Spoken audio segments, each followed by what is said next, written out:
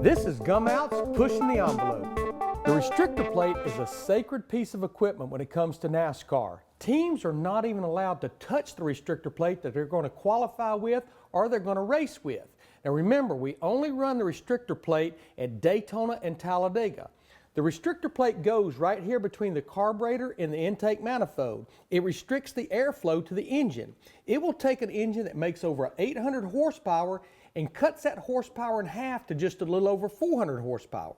So in the late 80s, when we first started running the restrictor plate at Daytona and Talladega, NASCAR allowed the engine builders to put an insert down inside the intake manifold. I never really understood why, but it was almost like a spacer, an insert that had 4 holes like a 4-leaf clover. So what this team designed, they had it where when NASCAR bolted the carburetor on and tightened the 4 bolts, that insert would go up against the restrictor plate, really helped the airflow. There's no telling how much that helped the horsepower with that restrictor plate.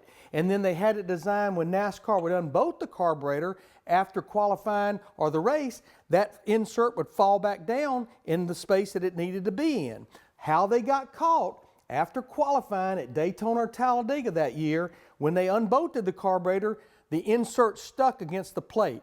NASCAR knew that something was not right. Now, as I've told you before, this is just between you and me.